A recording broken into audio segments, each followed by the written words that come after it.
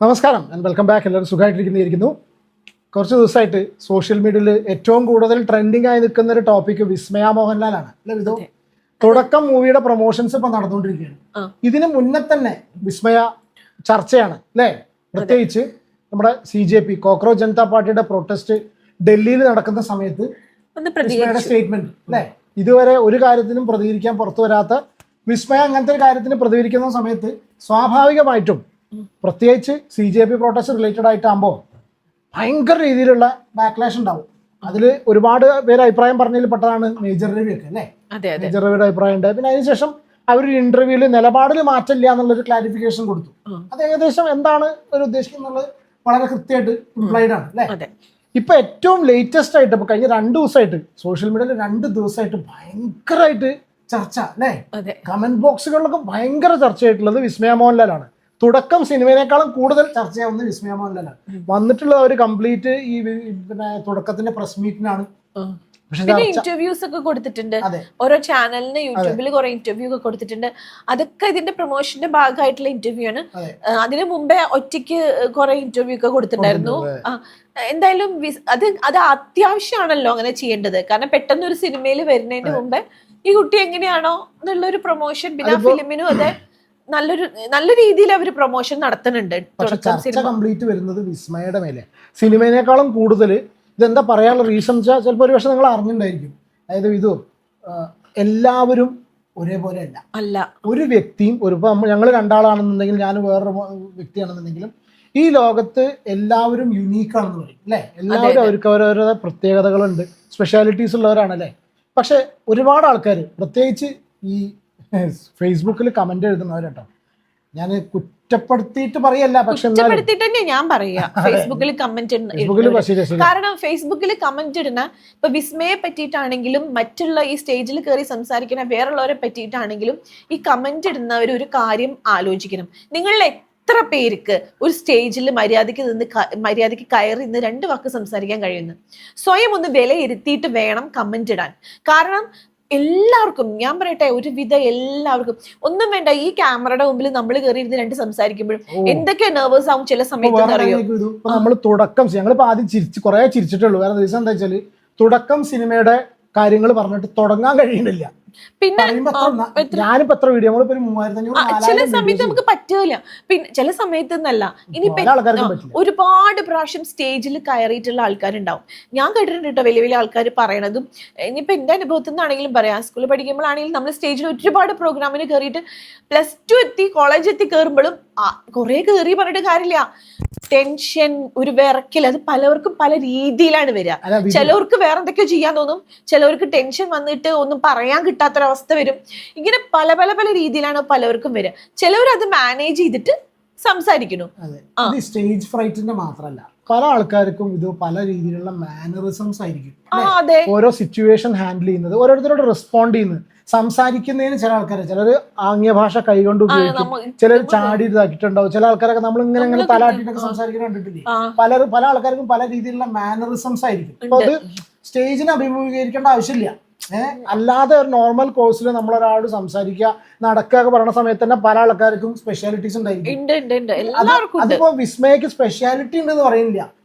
വിസ്മയതായ രീതിയിലുള്ള ഒരു കുട്ടിയാണ്, നല്ലൊരു കുട്ടി. എനിക്ക് ആ കുട്ടിയുടെ ഓരോ ഇന്റർവ്യൂ കാണുമ്പോഴും ഞാൻ പറയാതിരിക്കാൻ പറ്റില്ല, നല്ലൊരു മോള്, നല്ലൊരു കുട്ടി. കാരണം ശരിക്കും പറയുകയാണെങ്കിൽ ഈ വിസ്മയും പ്രണവൊക്കെ ആരുടെ മക്കളാന്നുള്ളത് അവർ ആ രീതിയിലല്ല പെരുമാറുന്നത്. നിങ്ങൾ വേറെ സെലിബ്രിറ്റി ആൾക്കാരുടെ മക്കളെയും അതുപോലെ നമ്മുടെ ഈ മലയാളത്തിലല്ലാത്ത പുറത്തുള്ള മക്കളെയൊക്കെ ഒന്ന് നോക്കൂ. അവരൊക്കെ ഏത് രീതിയിലാണ് കാണിക്കുന്ന, അവരുടെ ഫേസിന്റെ എക്സ്പ്രഷൻ എങ്ങനെയാ. ഈ കുട്ടികൾ എത്ര ഡൗൺ ടു എർത്ത്. അവര് ഏറ്റവും പ്രശ്നം എന്താന്ന് വെച്ചാൽ വിസ്മയ എല്ലാവരും ഒരുപാട് റെസ്പെക്ട് ചെയ്തിട്ടാ സംസാരിക്കണം. റെസ്പെക്ട് ചെയ്യണം ഓരോരുത്തരും. അങ്ങ് ഡൗൺ ടു എർത്ത് എന്ന് ശരിക്കും പറയാം, കണ്ടു പഠിക്കണം. ഒരു തുള്ളി എന്തെങ്കിലും ഉണ്ടാകുമ്പോഴേക്കും അഹങ്കാരം കാട്ടി നടക്കുന്ന പെൺകുട്ടികളും ആൺകുട്ടികളും കണ്ടുപിടിക്കണം. എല്ലാവരോടും ചിരിക്കുന്നു. ഏറ്റവും കൂടുതൽ ഞാൻ എന്റെ മക്കളോട് ഞാൻ പറയുന്ന കാര്യമാണ്, എപ്പോഴും നമ്മൾ ചിരിക്കണം. നമ്മൾ ചിരിച്ചിട്ട് വേണം മറ്റുള്ളവരോട്. ഇപ്പൊ ഈ ജനറേഷനിലെ കുട്ടികൾക്ക് ഒട്ടും ഇല്ലാത്ത കാര്യമായിട്ടോ ഈ ചിരിയൊന്നും. വല്ല ഗസ്റ്റ് ഒക്കെ വന്നാലും എന്ന് പറഞ്ഞു പോവാ. അങ്ങനെയല്ല, ഈ കുട്ടിയൊക്കെ കണ്ടില്ല ഇത്രയും എങ്ങനെ എന്താ പറയാ, ബിന്ദു പണിക്കരോടും സായികുമാറിനോടും അങ്ങനെ ഓരോരുത്തരോട് ഇവര് ഇടപഴകി സംസാരിക്കുന്ന കാണുന്ന സമയത്തുണ്ടല്ലോ, ഇതെന്താ വിഷയം എന്നുള്ള ഒരു ഇതെല്ലാവരും അറിഞ്ഞിട്ടുണ്ടായിരിക്കും. ഞാൻ ജസ്റ്റ് ഒരു ചെറിയൊരു ക്ലിപ്പ് ഞാൻ ജസ്റ്റ് ഇവിടെ നിന്ന് പ്ലേ ചെയ്യാം കേട്ടോ. 1-2 ക്ലിപ്പ് ഉണ്ട്. അപ്പോൾ മെയിനായിട്ട് ഇതാ, just looking around and seeing everyone who's been a part of this movie. Okay, everybody, yeah. Sorry, I'm so nervous, but yeah. I don't know what else to say, but I hope you guys enjoy the movie. ഒന്ന് ഭയങ്കര nervous ആണ്, പിന്നെ language problem ഉണ്ട്. മലയാളം അറിയില്ല, മലയാളം കുറച്ച് ബുദ്ധിമുട്ടുണ്ട്. അപ്പൊ ഇതില് കമന്റ്സ് എങ്ങനെ അറിയുന്നു? പിന്നെ 35 വയസ്സായ കുട്ടി എന്ന് പറഞ്ഞിട്ട് 35 വയസ്സായിട്ടില്ല കേട്ടോ, 32-30 വയസ്സായിട്ടേ ഉള്ളൂ. ഇതിൽ ഏറ്റവും രസം എന്താ അറിയോ, ഞാൻ തെറിയാണ് ഇതിന്റെ കമന്റ് ബോക്സ് നിങ്ങൾ കാണുന്നുണ്ടാകും. എം ആണ് ക്യൂട്ട്, പണമുള്ളവർ എന്നും നിങ്ങൾക്ക് ക്യൂട്ടാണ്, എനിക്ക് അവർ ഒരു ഡാഷുമല്ല, രാജ്യദ്രോഹികൾക്ക് കുട പിടിക്കുന്നവൾ. എന്താ മനസ്സിലായി? വിഷയതാണ്, വേറെ ഒന്നുമല്ല, അതാണ് പ്രശ്നം. ഇതാണ് സംഭവം. 724 ലൈക്കുണ്ട് ഈ ഒരു വളിയന്റെ കമന്റിന്. ഭക്തൻ നന്ദൻ മറ്റേ കറക്റ്റ് പേരടക്കം കറക്റ്റ് ഭക്തൻ, മറ്റേ ഭക്തൻ ഉണ്ടല്ലോ, അന്ധമായിട്ടുള്ള ജീഭക്തി. ആ ഒരൊറ്റ റീസൺ കൊണ്ടാണ് ഇത് ഇത്രയും ഇങ്ങനെ ഓരോ കമന്റ്സ് വരുന്നത്.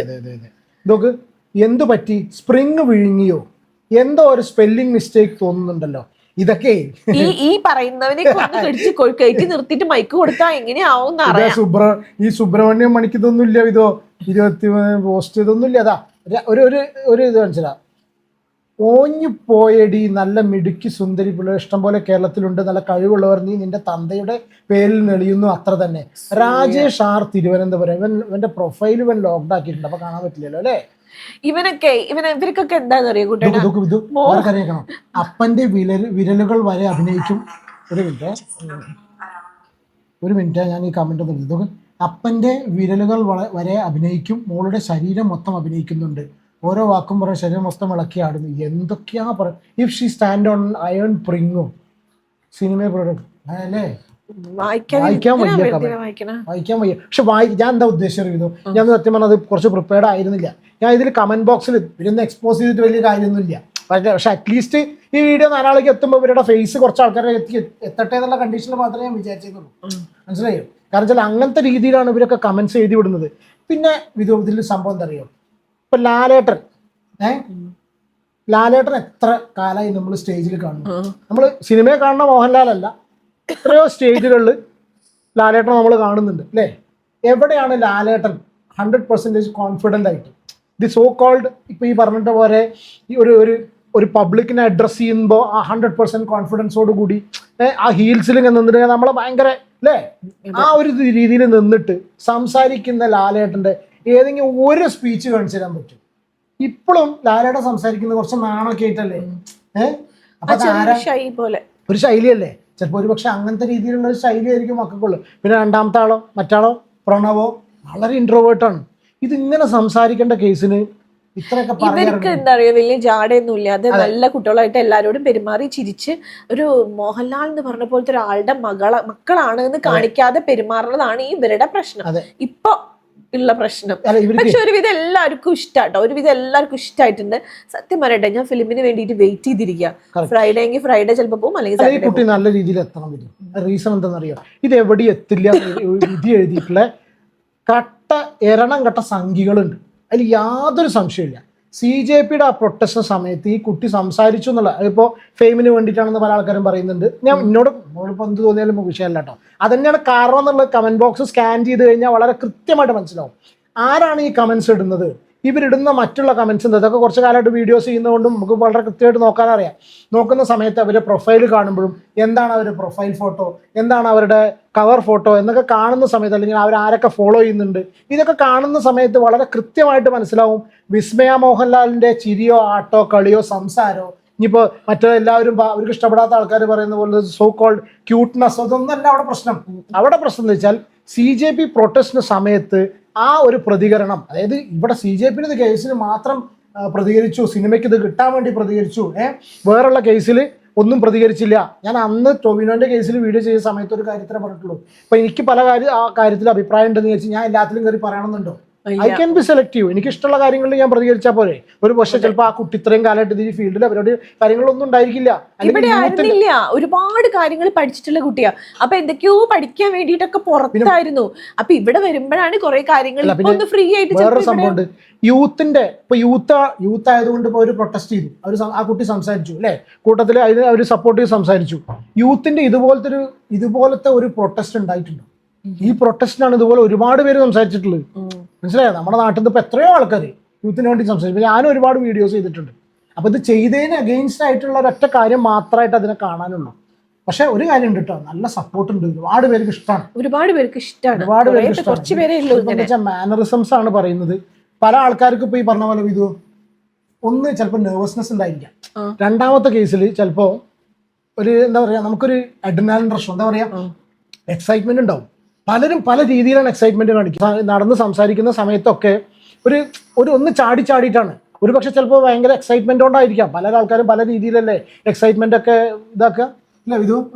എന്തായാലും ആൾക്കാർക്ക് പറയാനും പറഞ്ഞു ചിരിക്കാനും പറഞ്ഞ് കളിയാക്കി ചിരിക്കാനും അനാവശ്യമായിട്ട് ഒരു പണിയില്ലാതെ ഒരു മൊബൈൽ റീചാർജ് ഉണ്ട്, ഒരു മൊബൈലും ഉണ്ട്, അതിന് റീചാർജ് ചെയ്യാൻ പൈസ ഉണ്ട്, മൊബൈലിന് ഡാറ്റ ഉണ്ട്, റേഞ്ച് ഉള്ളിടത്താണെങ്കിൽ വെച്ചിട്ട് മൊബൈൽ കയ്യിലെടുക്കുക, എന്നിട്ട് കണ്ണ് കണ്ട സാധനം എഴുതി വിടുക. അവനവന്റെ കുടുംബത്തിലുള്ള ആൾക്കാർ എന്ത് നിലയിലാണ്, അവനാൻ എന്താ അവസ്ഥ ആലോചിക്കില്ല.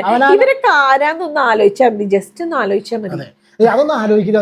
ഇതെന്താണെന്നറിയോ, ഈ അപകർഷതാബോധമല്ലേ പറയും ഇതിലെ, ഭയങ്കര ഹൈ ആയിട്ട് ഇൻഫീരിയോറിറ്റി കോംപ്ലക്സ്. ഞാൻ ജീവിതത്തിൽ എവിടെ എത്തുന്നില്ല, ഞാനും എൻ്റെ ആൾക്കാരും ജീവിതത്തിലൊന്നും എവിടെ എത്തുന്നില്ല, എന്നെ കൊണ്ടൊന്നും ആവാൻ പറ്റുന്നില്ല എന്നുള്ള രീതിയിലുള്ള ആ ഒരു ഫ്രസ്ട്രേഷൻസ് വെച്ച് നടക്കുന്ന ആൾക്കാരുണ്ടല്ലോ. അപ്പോൾ ബാക്കിയുള്ളവർ എന്തെങ്കിലും പരിപാടികൾ ചെയ്യുന്ന, ഇപ്പം എൻ്റെ വീടിനൊക്കെ പല സമയത്തും പലപ്പോഴും പണ്ടൊക്കെ കമൻസ് വന്നിരുന്നു നിഷയിലേക്ക്. അപ്പം ഞാൻ അങ്ങനെ ആലോചിക്കുന്നതൊക്കെ പറയാൻ കാരണം വെച്ചാൽ നമ്മൾ എവിടെ എത്തില്ല.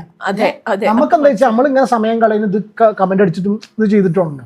ആ ചിന്ത ഉള്ള ആൾക്കാർ ഇരുന്നിട്ട് ഇങ്ങനെ എന്തായാലും വളരെ വളരെ മോശം എന്നാൽ മലയാളികളുടെ മലയാളികളുടെ എന്ന് പറയില്ല ഇതിൽ ഈ കാര്യത്തിൽ സംഖ്യകൾ മാത്രം, ഞാൻ സംഖ്യകൾ തന്നെ പറഞ്ഞു, അവരാണ് കാര്യമായിട്ടുള്ളത്. നമുക്ക് ആ ആൾക്കാരുടെ പേരും അവരുടെ പരിപാടിയും കാര്യങ്ങളൊക്കെ കാണുന്ന സമയത്ത് നമുക്ക് മനസ്സിലാവും ഇത്.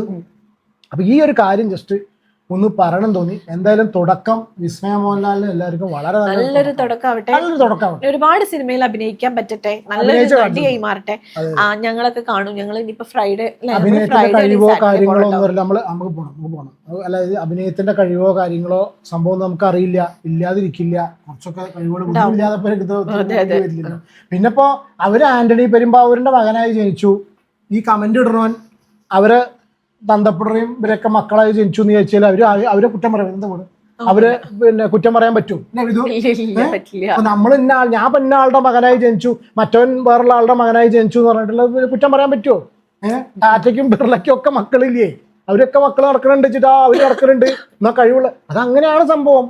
കഴിവുള്ള ഒരുപാട് പേര് പുറത്തുണ്ടാവും, കഴിവില്ലാത്തവരൊക്കെ അവിടെ എത്തുണ്ടാവും. പക്ഷെ ഈ കുട്ടറെ കഴിവോടെ തെളിയിച്ചിട്ടില്ല കേട്ടോ. ഇത് കഴിവില്ലാത്തവരുണ്ട്. ഇപ്പൊ തന്നെ ആൾക്കാർ വിധി എഴുതി എന്താ പറയാ, കഴിവില്ലാത്തത് നേരെ ഇറങ്ങിയ ആന്റണി പെരുമാവിന്റെ മകന്റെ സൗണ്ട് കേട്ടോ, അടിപൊളി സൗണ്ട്. മറ്റേ തമിഴിലെ മറ്റേ അതിന് വിക്രം അല്ലേ, റോളക്സ് ആ ഒരു സൗണ്ട്. പിന്നെ എന്താ വെച്ചാൽ അങ്ങനെ ആഗ്രഹം ഉണ്ടാവുമ്പോ അവർക്ക് അതിനുള്ള ഒരു അവസരം ഉണ്ടാവുമ്പോ അവർക്ക് ചെയ്തൂടെ. നമുക്കൊന്നും പറ്റില്ലല്ലോ, അത് വിചാരിക്കുക നമുക്ക് പറ്റില്ല, ഇനി അടുത്ത ജന്മത്തിൽ പറ്റട്ടെ എന്ന് വിചാരിക്കുക. അത്ര അല്ലെങ്കിൽ ഈ ജന്മത്തിൽ ട്രൈ ചെയ്യാം, ചിലപ്പോ പറ്റിയാലോ. അല്ലാണ്ട് പറ്റുന്നവരെ ഇങ്ങനെ എന്താ പറയാ അസൂയപ്പെട്ടിട്ടൊന്നും ഒരു കാര്യമില്ല. കണ്ണുകടിയാണ്. പിന്നെ പാർട്ടി, പിന്നെ കാവി, അതാണ് വിഷയം. അതിനെ ചൊറിഞ്ഞു, മറ്റേ BJP പറഞ്ഞു, ആ CJPക്ക് പ്രൊട്ടസ്റ്റ് സപ്പോർട്ട് കൊടുത്തു. ആ ഒരൊറ്റ കാര്യം കൊണ്ടാണ്. അത്രേ ഉള്ളൂ, വേറെ പ്രത്യേകിച്ചൊന്നുമില്ല. എന്താണ് ഈ വിഷയത്തിൽ നിങ്ങളുടെ അഭിപ്രായം എന്നുള്ള കമന്റ് നമുക്ക് അടുത്ത വീഡിയോയിൽ കാണാം. Take care and God bless. By.